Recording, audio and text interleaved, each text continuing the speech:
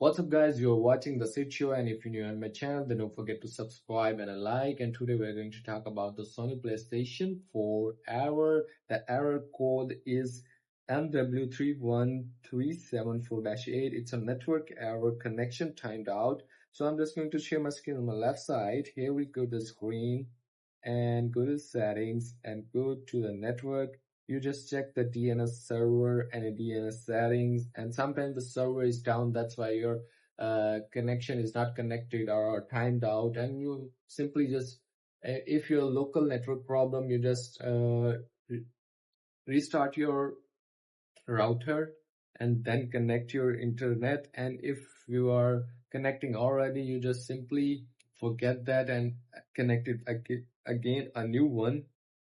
So simply that's how it will be work. And I'm going to suggest you just use a LAN cable. It's better than the Wi-Fi. And if you're new on my channel, then